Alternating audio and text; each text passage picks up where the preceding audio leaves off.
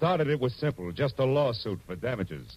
But before it was over, it was far from simple, and the damages were murder. All because of a red-headed woman, a ghostwriter with ambition, and a match that burned with a bright green flame. From the pen of Raymond Chandler, outstanding author of crime fiction, comes his most famous character as CBS presents The Adventures of Philip Marlowe.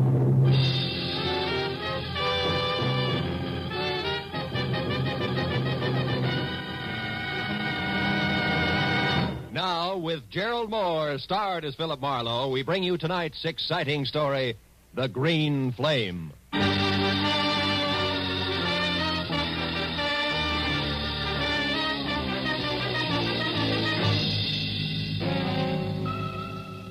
It had been the kind of early start, late finish crowded in between day that had made breakfast coffee, lunch a ham sandwich on the run, and dinner nothing. So by the time it finally ended, it was pushing 9 o'clock, and I was both a little tired and a lot hungry. All of which made the feast I could imagine spread out in front of me over an emerald green tablecloth something better than good enough to eat. Blue Point oysters on a half shell, a Caesar salad, veal scallopini topped with mushrooms the size of silver dollars. Oh, I was ready for it. Yes, well, the oysters once again became a blue ashtray. The scallopini a notebook. A green cloth underneath all. My desk blotter. Hello, Marlowe speaking. Dodie Whitmore, Marlowe. Ever hear of me? I have. I've also heard you own half a dozen screen magazines, a local radio station, and a daily published for the motion picture industry called the Hollywood Trades. Does that cover it? Not quite. Today I acquired something else. A libel suit for $100,000 that was just slapped against the trades by a has-been actor named Bradford Colby, which, Marlowe, is the reason I'm calling you. Oh? So drop whatever you're doing, boy, and get over here to the Whitmore building. Whitmore building? We're on El Centro near Gower, and closed. Tomorrow's Sunday, no addition. Figures. When the night watchman lets you in, turn left, keep walking till you get to an office numbered 116. You got that? Yeah, 116. But if you don't mind, Miss Whitmore, I'd like to do something. I'd like to eat first. Make it coffee and a ham sandwich at the outside and get over here fast. Coffee? Look, Miss Whitmore, I'm starving. Marlowe, how much do you get a day? 25 in expenses. Why? I'm willing to pay 125, and you keep track of the expenses. Now what do you say, boy? Boy says coffee and a ham sandwich will leave him stuffed. Goodbye, Miss Whitmore.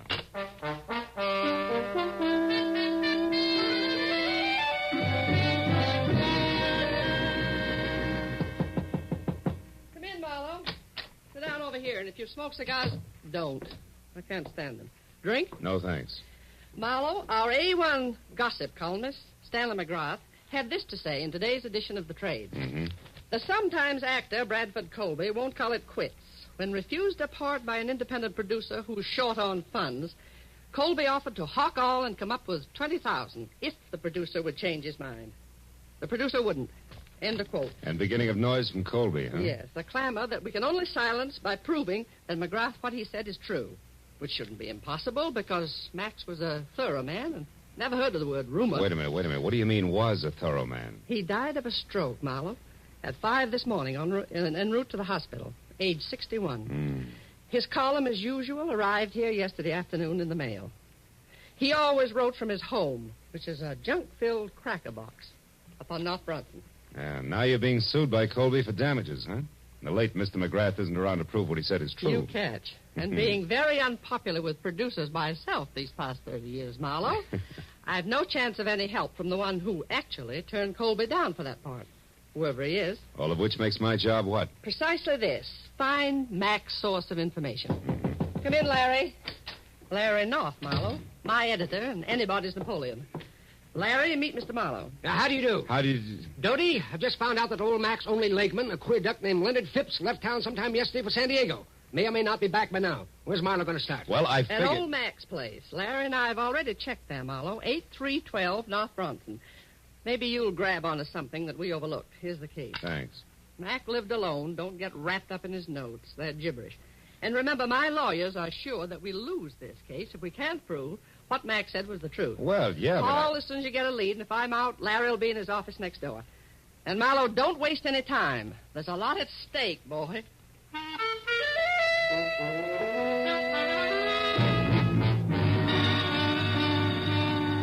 What Dodie Whitmer had labeled a cracker box turned out to be a 5-room, slightly beat-down, almost square house set back some 50 carelessly landscaped feet from a high stucco wall that said the late Mr. McGrath had lived alone and liked it.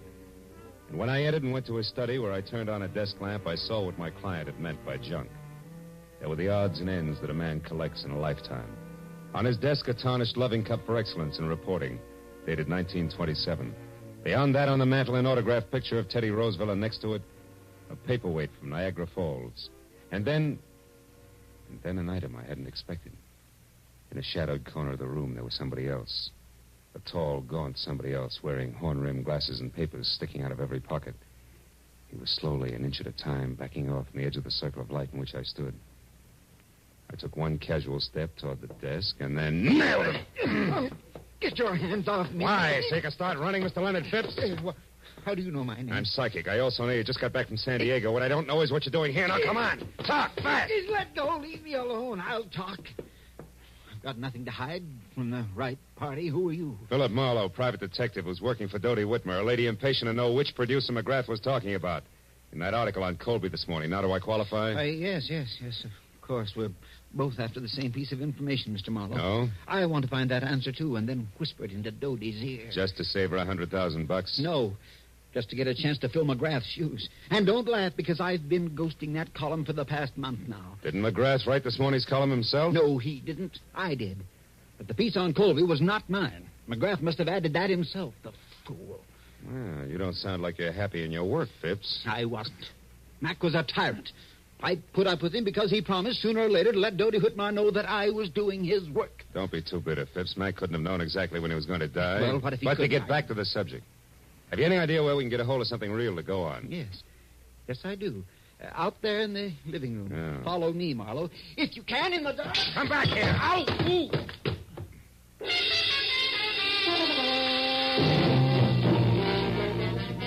By the time I got to my feet, Phipps was gone.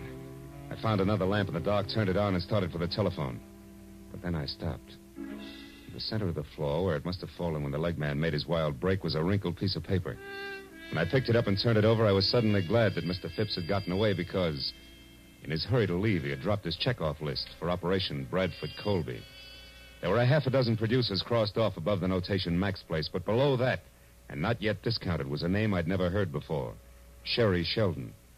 At that, I called Dodie Whitmer, gave her a quick rundown on what had happened with Phipps, and then tossed the name Sherry Sheldon in. She talked it over with Larry North before she answered. But when she did, I knew that finally we were all getting someplace. Marlowe, this is good. Larry tells me that Sherry Sheldon is the ex-Mrs. Bradford Colby. Oh? And better than that, a redhead with temperament to match.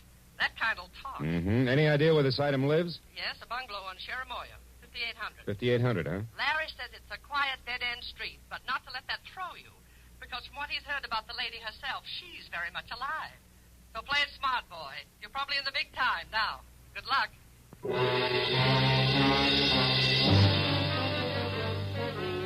It's only a furlong plus the bungalow on Cherimoya, so when I pulled up and parked away from number 5800, I was still wondering exactly what play it smart, boy meant.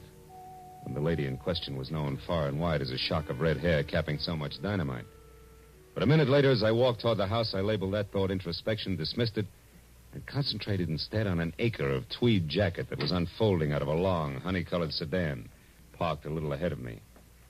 When it straightened up to something over 6.5 feet, slammed the car door shut, and stomped inch-thick soled brogans off in a king-sized huff, I knew that this was an angry man. And in the next second, I knew that it and the thespian Bradford Colby were one and the same. When Colby got to Sherry's doorbell and jabbed at it impatiently for attention, I ducked below a hedge nearby. When the door opened and then slammed shut again, I left the hedge in favor of an on-the-bias palm tree that bowed toward Milady's chamber, where I could both see and hear what had to be an exciting reunion. You said that you knew something that couldn't fail to intrigue me on this of all days. So now that I'm here, start intriguing, Sherry, darling. All right. How's this for a starter? I want, to the penny, exactly 1/2 of the money you're going to get from Dodie Whitmore. Oh, Sherry, how droll. Now, why in the name of the great American dollar do you think I'd give you so much as a sly glance at that delightful little fund? For 2 reasons.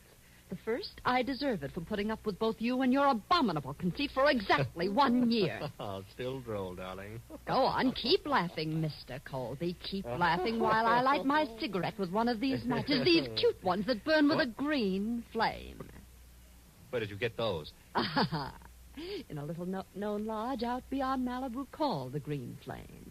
Don't you remember, darling? I ran into you there one day last week when you were having lunch with a mysterious stranger whom you tried to keep me from seeing. You nasty little sneak, Sherry. Oh, and you were so engrossed in keeping yourself between me and your guest that you left the souvenir book of matches at the bar after you graciously lit my cigarette for me.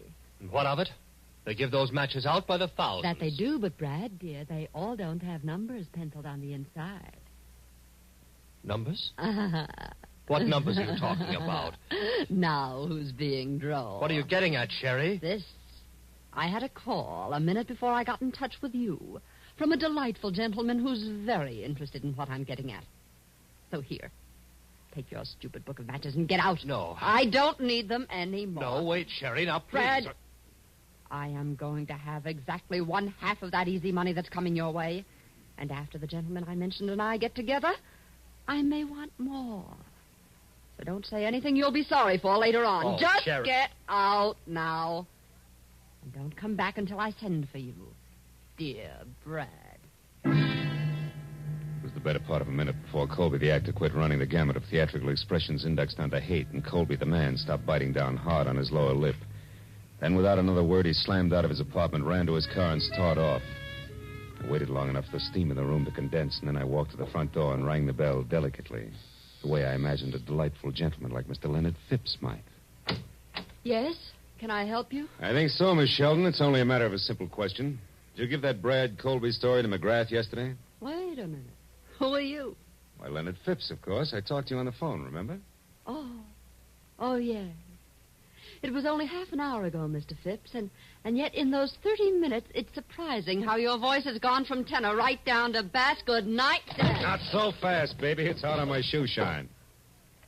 All right. Come in. I'll tell you what you want to know.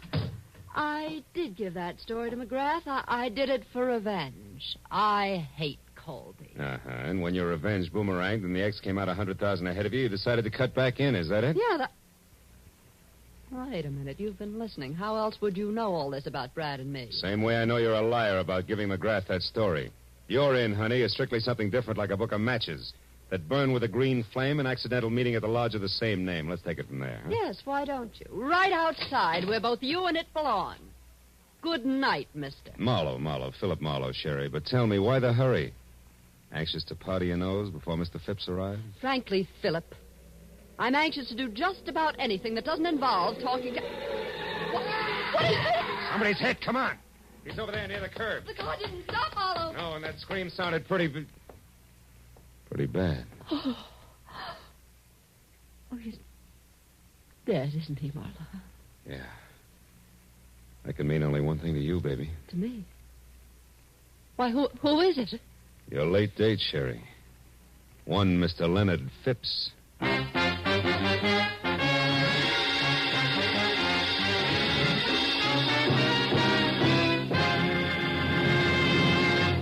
In just a moment, the second act of The Adventures of Philip Marlowe. But first, on the special program, One Great Hour, later tonight on CBS, President Harry S. Truman will be joined by Gregory Peck, Ila Lupino, and Quentin Reynolds to tell the story of what American religious groups are doing to bring relief to the world's war-stricken people. Be sure to hear One Great Hour tonight at 10 o'clock Eastern Standard Time over most of these same CBS network stations. Now, with our star, Gerald Moore, we return to the second act of Philip Marlowe and tonight's story, The Green Flame.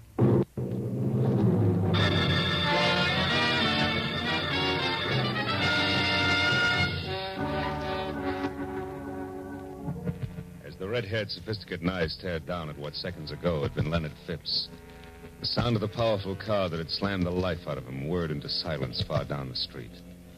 All that was left of Stanley McGrath's overambitious leg man was a twisted, broken scarecrow, sprawled over the curb and half up on the sidewalk. It wasn't pretty. And the sight of it cracked Sherry's self-assurance like a rock through a window pane. When she stopped pressing the knuckles of one hand against her mouth and looked at me, she was scared. Clear through. Marlowe, this horrible thing, it was an accident, wasn't it? Oh, sure. About as accidental as if they'd use a sledgehammer on him. Oh, yes. You only wish it was an accident because you're next in line and you know it. Remember, he was on his way to see you when this happened to him. I don't know what you mean. I mean, it's a high-priced game, baby, and they're playing for keeps. So you better level with me and fast. What's so important about those green matches? I don't know. You're a liar. You're going to wind up looking like Phipps here before the sun comes up. No, And stop. tell me the No, truth, you no. little fool. Come on. I am, I swear.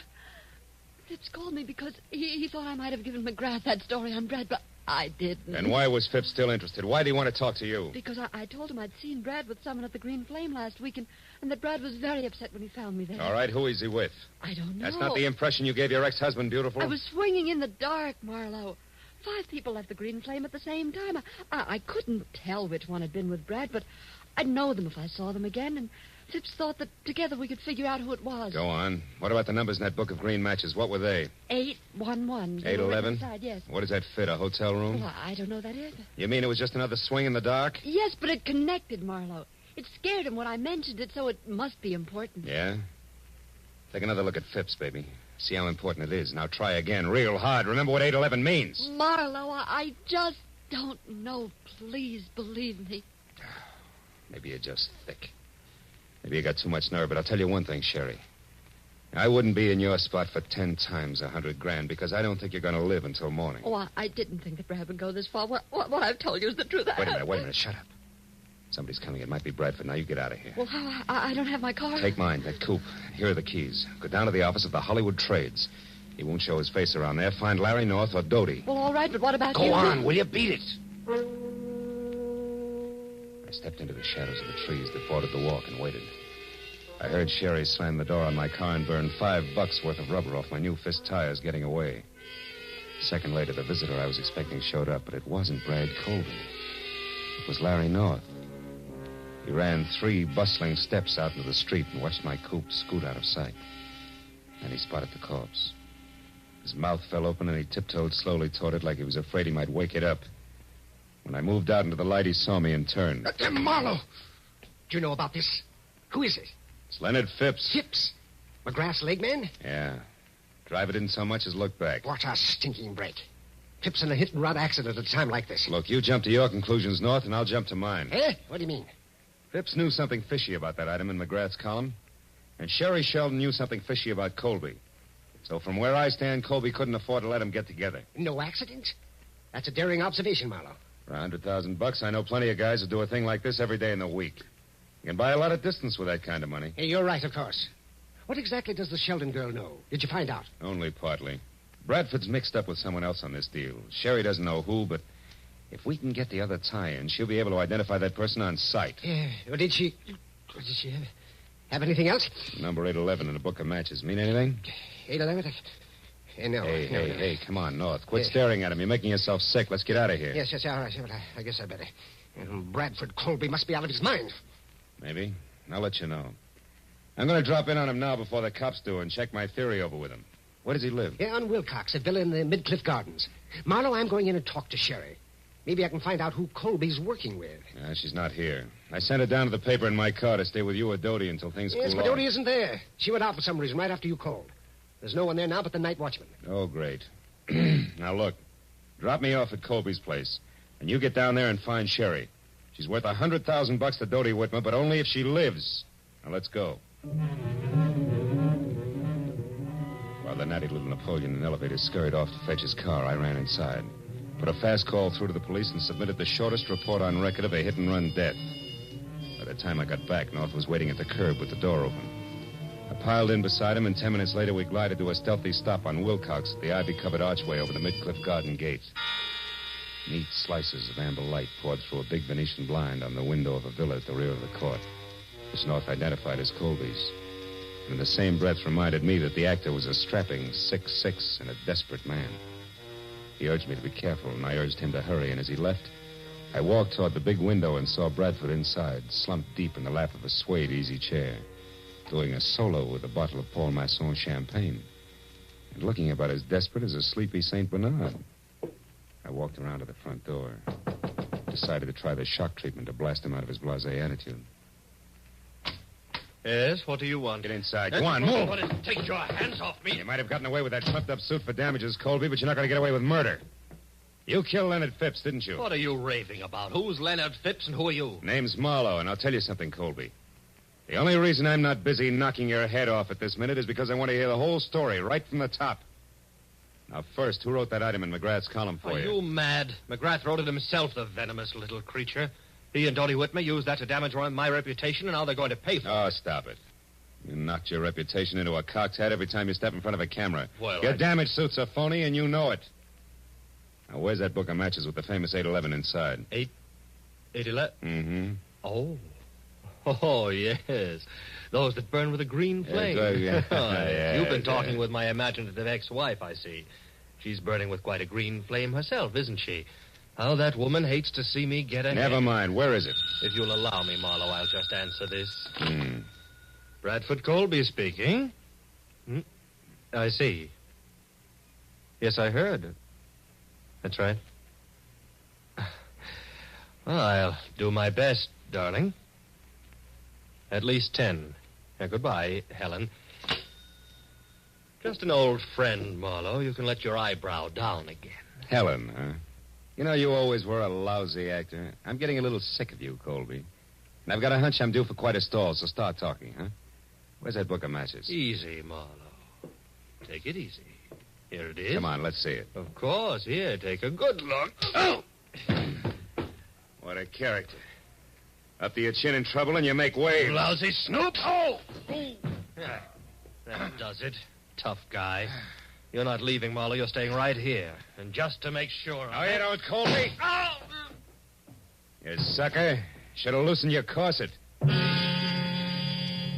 waded through the chunks of glazed ceramics that Colby had smashed on my head and worked hard to hold back the wave of darkness that kept rising up under me until I made it to the kitchen, where I splashed a few quarts of cold water on my face. Then I went back. Colby was still holding down the hooked rug he landed on, and the book of matches that had started the argument was on the floor beside him. I picked it up and opened it. The number was there, inside, written in blue wax pencil. But I thought I'd made a mistake. Until I realized that maybe Sherry Sheldon had made the mistake. When that idea hit me, it brought another one along, and I remembered that Colby had received orders by phone to delay me. Oh, my... Then I knew I'd better hang onto my head and move, but fast. I rolled him over and found the keys to his car. And was halfway out the door when he came to. Stop. Come back. You can't leave here. It's my exit, not yours, ham-bone. Good night.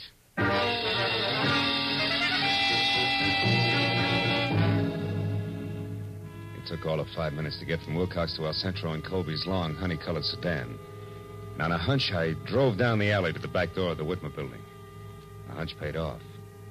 Because I had stopped and turned on the parking lights when the door opened and I saw exactly what I'd expected. The watchman was on the floor out cold, and the little Napoleon in elevated shoes was staging a big exodus with his arms full of a very limp redhead named Sherry Sheldon. As soon as he saw the honey-colored car, he started talking. Brad, you idiot. I told you to stay home. To do it. No, she's only unconscious. There wasn't time. We'll have to finish it someplace else. Put her in the back seat. All right. Here. Now, let's get out. Marlowe. Don't move, little man. I'm too tired for any more trouble. I'll shoot first. So you're the boy on the inside with all the brains, huh? You cooked this whole thing up with Colby. He gets libeled and sues Dodie Whitmer for damages, and then you two split the settlement between you. Correct me if I'm wrong, North. You got your chance when McGrath died after turning in his copy. All you had to do was write that one libelous item, include it in McGrath's column, and nobody could ever explain where the story had come from. That stupid fool, Bradford. I could never trust him to do anything right. Is that why you killed Phipps? Yes. And if Brad Colby had held on to you for another 5 minutes, I would have had time to get out of here. Yes, and so would I. Sherry, are you all right? No, not yet. Hey! No! Oh. Where he and Brad are going, Marlowe, I'd never get another chance to even the score. Oh, baby. You handle a spiked heel like Babe Ruth handled a bat. He's out. Yeah, but Phil, you should see what he hit me with. Oh, brother. Come on, beautiful. It's time to turn out the lights, get in touch with Dodie, and call the law. Let's go.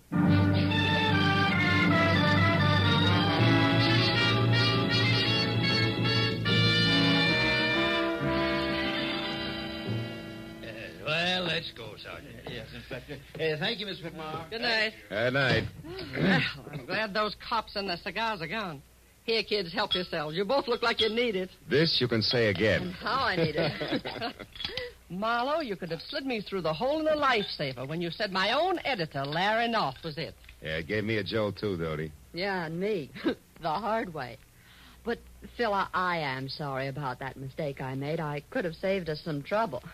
What mistake is this? Well, you see, honey, we knew that whoever was working with Colby had written down a number for him in a book of matches. Sherry here thought it was 811. But when I saw it, it was upside down from that, so it came out 118. 118? Mm-hmm. Why, that's Larry's office number and phone extension. Check. Yours is 116, and his was right next door. I remembered. So 118 was it. That, coupled with the fact that it was written in blue pencil, which is standard equipment for all editors, gave me the tip. Honest now, Phil. Hmm? Did you figure that out, or was it luck? Well, it's a trade secret. Hey, you know something? I missed dinner tonight. You know I'm starving? Well, I know a wonderful place. Oh. They have matches like this, Uh-huh. see? It burns with a green flame. Will you join us, Dodie? Yes, we would love to have you. You'd rather have whooping cough. Go on, you. Get out of here and good night. Good night, Dodie. Oh, and it will be from here on in. I guarantee it.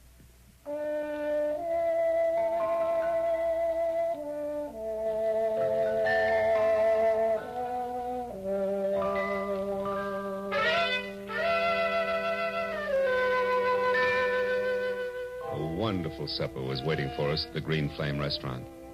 It was all arranged by a call from Dodie. And it waited until it got cold because we didn't show up to eat it. There was something about the moonlight glinting on the ocean and a certain stillness in the morning air that made food seem somehow unimportant. So when I finally dropped Sherry off at her place on Cherimoya, went home to my apartment on Franklin, it was either very late or very early, depending on the viewpoint. There was just one lonely sardine and a cold baked potato in the refrigerator. So I ate it. Then I sat down on my bed to light my last cigarette. But I wasn't disappointed when the match flared into an ordinary yellow flame.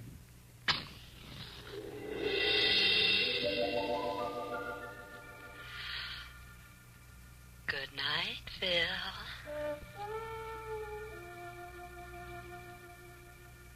Happy Marlowe.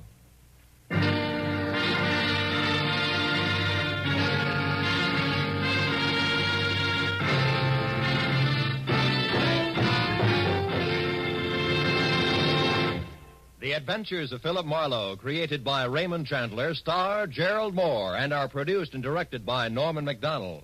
Script is by Mel Donnelly, Robert Mitchell, and Gene Levitt. Featured in the cast were Fay Baker, Larry Dobkin, Myra Marsh, Howard McNear, and Parley Bear. The special music is by Richard O'Runt.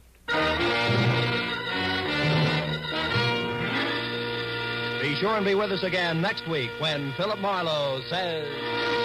It was a grim joke that started when 6 heirs came to an ugly house on a rain-swept island to hear a madman's will. But the joke soon turned to murder, and in the end it was hard to tell who had the last laugh.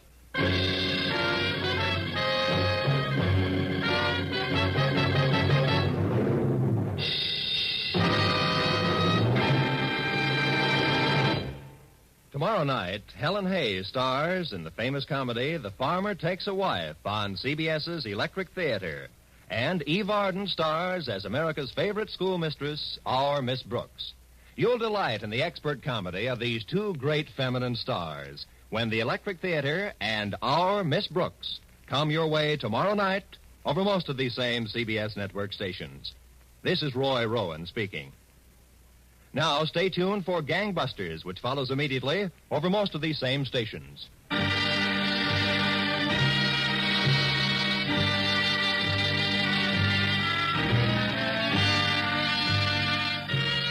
This is CBS, the Columbia Broadcasting System.